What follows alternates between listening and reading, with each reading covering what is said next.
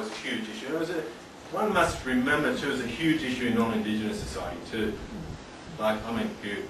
In Western Batesville, he talks about, there was a description of a slide rock seller here in Main Road, who, in his concoction of what he was selling in bottles, it included cayenne pepper, opium, pure alcohol, and a dozen other foul sort of ingredients.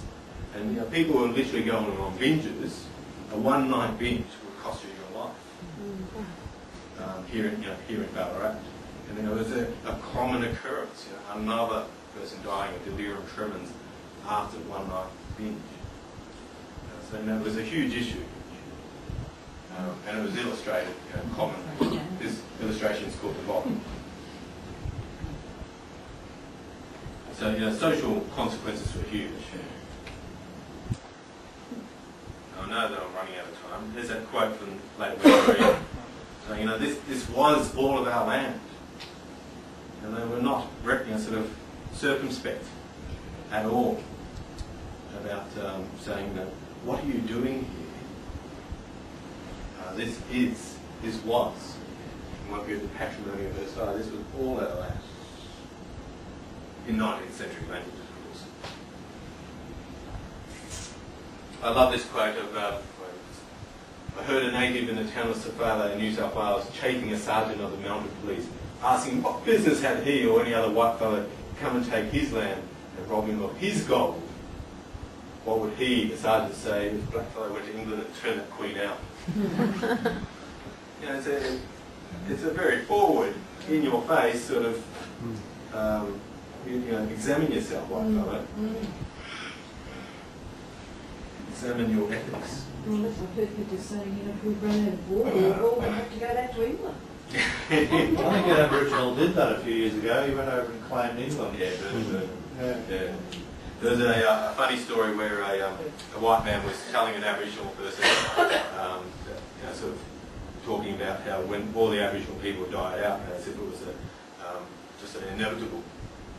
And the Aboriginal person apparently sort of silently sort of nodded and said, think of all those white fellas that are going to stay lost in the bush.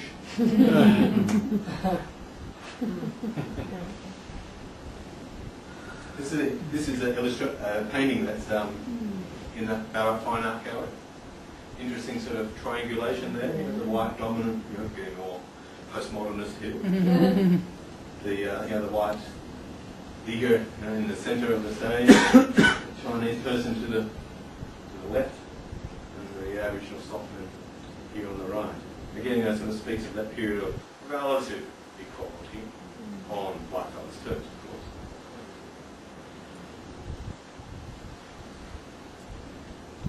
There's quite a bit of shock and horror, that white fellas would actually pay Aboriginal workers. That was the italics in the book. They actually paid. That's incredible.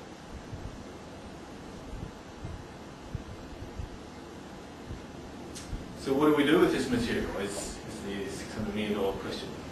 Well, not quite that much. Do we put it into the gold story? This is the age-old question for us history teachers. Or do we treat it separately? There are pros and cons for both, of course.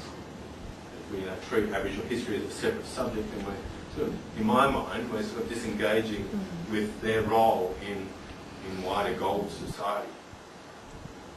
But if we place them directly, sort of plonk them straight into the gold story, the sort of danger is that they'll get lost in the big picture. So I don't think there's an answer to that. I think it's up to you as individuals to work that out yourself. But at least we should be doing it from my perspective. We should be doing it from a researcher's point of view. We make our students aware that they weren't on the fringe at all. I'm hoping that the last question is pure rhetoric.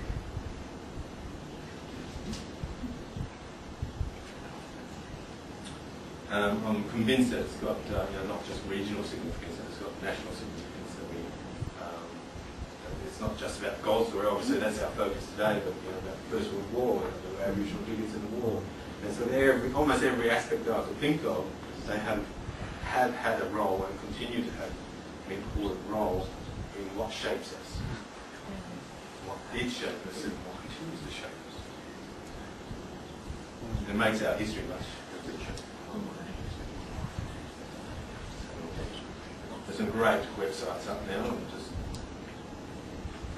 I can show you them later. These are just some of the references. I tried to just use the select ones that, just going through them. As you can see, a lot of them have been published recently, or republished. I can email those lists to you if you want to trace them up in your particular schools, your particular regions. Try and keep it local, so I'd suggest. Thanks, I know I've gone over time.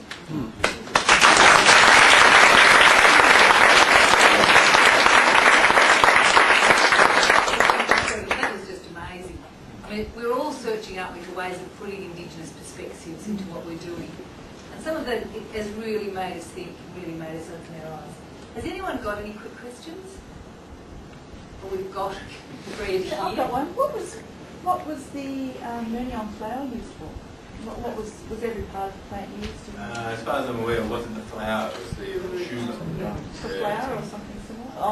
It's a vegetable. There's actually, if you get a chance to go to do one of the educational programs at the zoo, they've got it at Cahir Garden, and they've actually got Mignon growing, and with your students they'll dig it up and cook it, and it's actually like a little sort of a turnip thing. It looks like a little white carrot that they dug up.